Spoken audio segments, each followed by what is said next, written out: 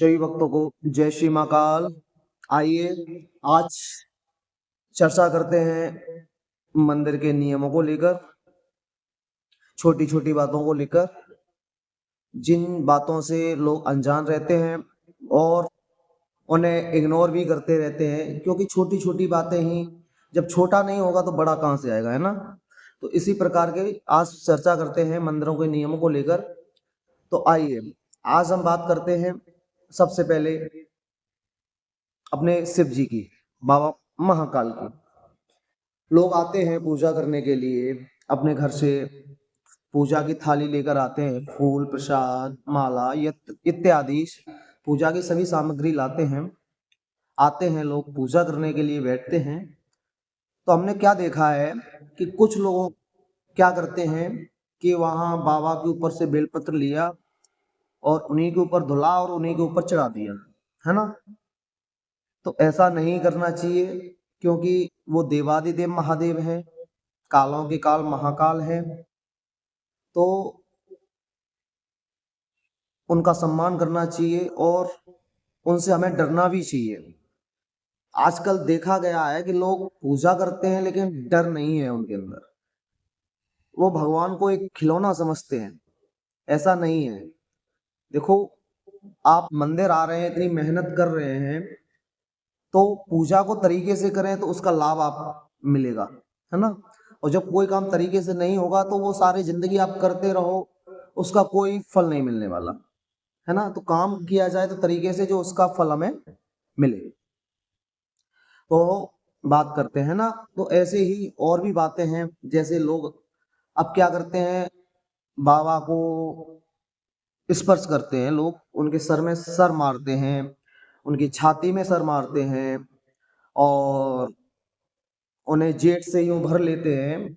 ऐसा नहीं होना चाहिए, क्योंकि देखो वो भगवान है, तो मर्यादा होती है भगवान की एक, कि हम भगवान को यूं जेट में नहीं भर सकते हैं, है ना।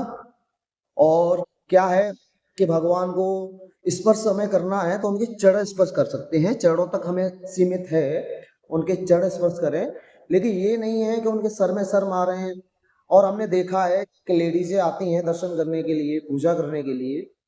तो क्या है कि ये आप भी जानते हैं, हम भी जानते हैं, सभी लोग जानते हैं कि लेडीजें ज्यादातर सर पलड़े नहीं धुलती हैं ना।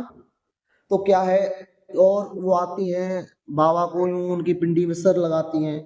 तो क्या है कि सर अशुद्ध होता है हमारा। अब जैसे नॉर्मल लोग हैं, बात ले लो कि किसी ने अगर बाल भी पकड़ लिए तो क्या करते हैं कि हाथ धो के आओ, है ना। तो ये चीज अशुद्ध है।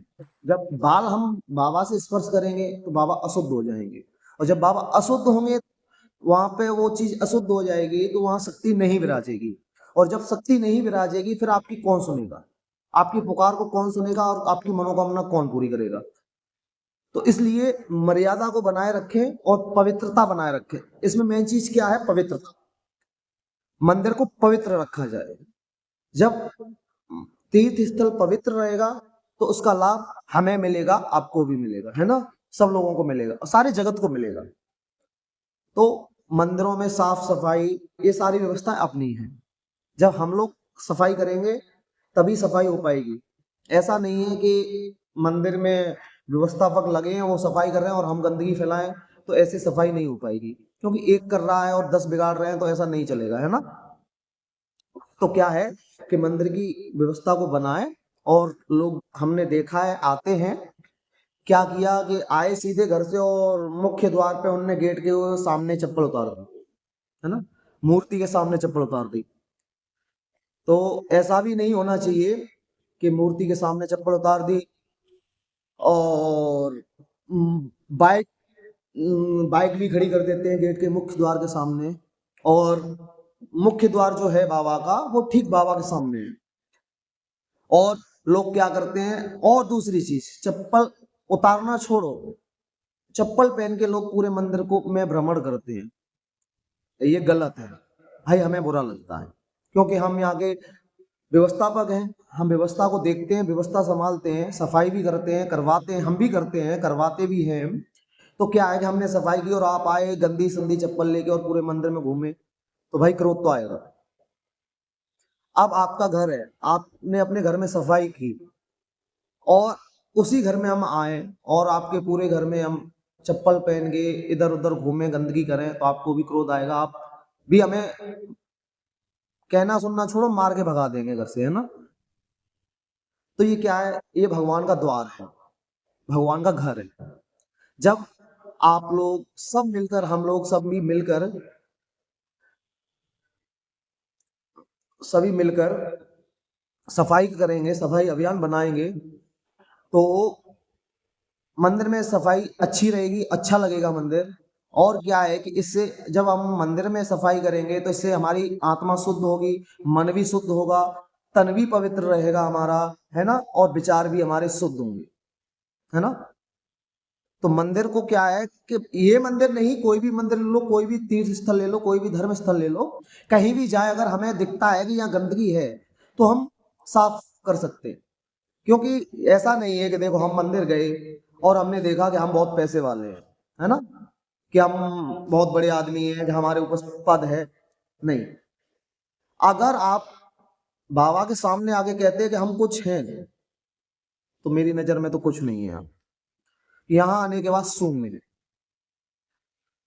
इसके आगे कुछ नहीं है ना, इसके पीछे कुछ है, जो कुछ है यही है, ठीक। और यहाँ पे भी आके आपने अभिमान किया, यहाँ पे भी आके शर्म की, तो ऐसी जिंदगी जीना व्यर्थ है, ऐसी जिंदगी जीना बेकार है। अभिमान नहीं होना चाहिए बाबा के सामने आने के, ठीक। और लोग कहते हैं, यहाँ के मालिक लोग कहते हैं कि हम यहाँ, हम कहेंगे ऐसा होगा, हम कहेंगे ऐसा होगा, ऐसा कुछ नहीं, यहाँ किसी की नहीं चलेगी यहाँ। और हम भी इतने दिनों से रह रहे हैं, नोटिस कर रहे हैं, देख भी रहे हैं, जो हमारे बाबा चौमुखी महादेव हैं, तो यहाँ के राजा हैं, इस नगरी के राजा हैं वो, यहाँ के मालिक हैं। और हमने भी विचार किया है, देखा भी है और नोटिस भी किया है कि यहाँ पे बाबा की चलती है, यहाँ किसी की नहीं चलती, है ना। यहाँ पे इस चीज को लेकर बहुत समस्याएं रहती हैं, लोगों के मन में ये है कि हमारी चले, हमारी चले। ये मंदिर है, मंदिर में देवताओं की चलेगी, ठीक, पुजारियों की रहेगी व्यवस्था, पुजारी संभाल रहे हैं तो वो अपने तरीके से काम करेंगे, इसमें आप लोग अपनी हस्तक्षेप ना करें। हाँ, आपको गलत लगता है, अगर कोई चीज गलत है तो आप कहने के हकदार हैं। अगर सही काम हो रहा है और आप उस पर उंगली करते हैं तो ये गलत है, उस पर ऑब्जेक्शन उठा सकते हैं, मंदिर कमेटी ऑब्जेक्शन उठा सकती है ना। तो मंदिर की व्यवस्थाएं बिगाड़े नहीं, मंदिर की व्यवस्थाएं जितनी हो सके आपसे बनाएं। आपका काम है बनाने का, हमारा काम है बनाने का। और लोग कहते हैं मंदिर से बुराई भलाई, देखो ये भगवान का दरबार है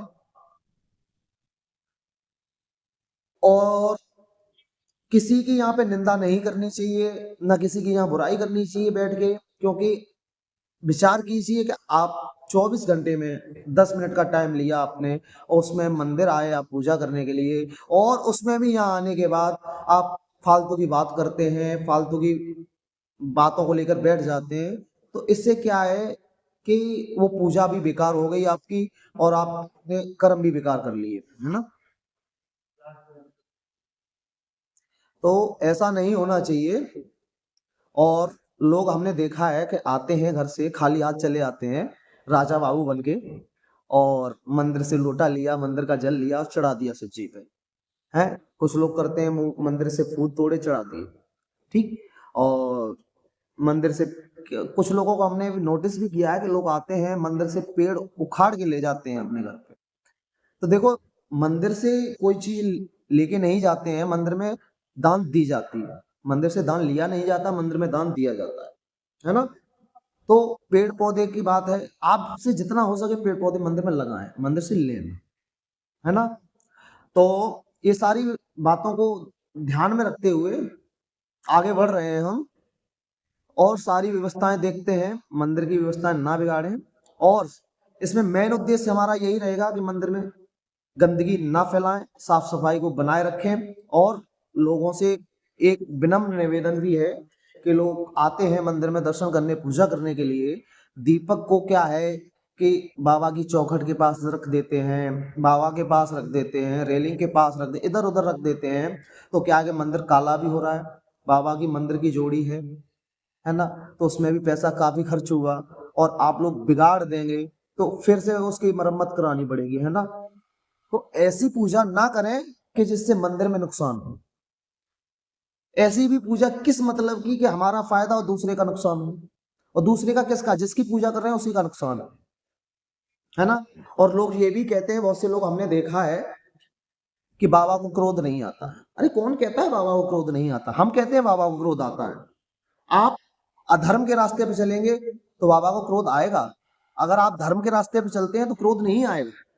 बाबा धर्म का साथ देता है, अधर्म का साथ नहीं देता है ना। शिव ही सत्य है, सत्य ही सनातन है ना।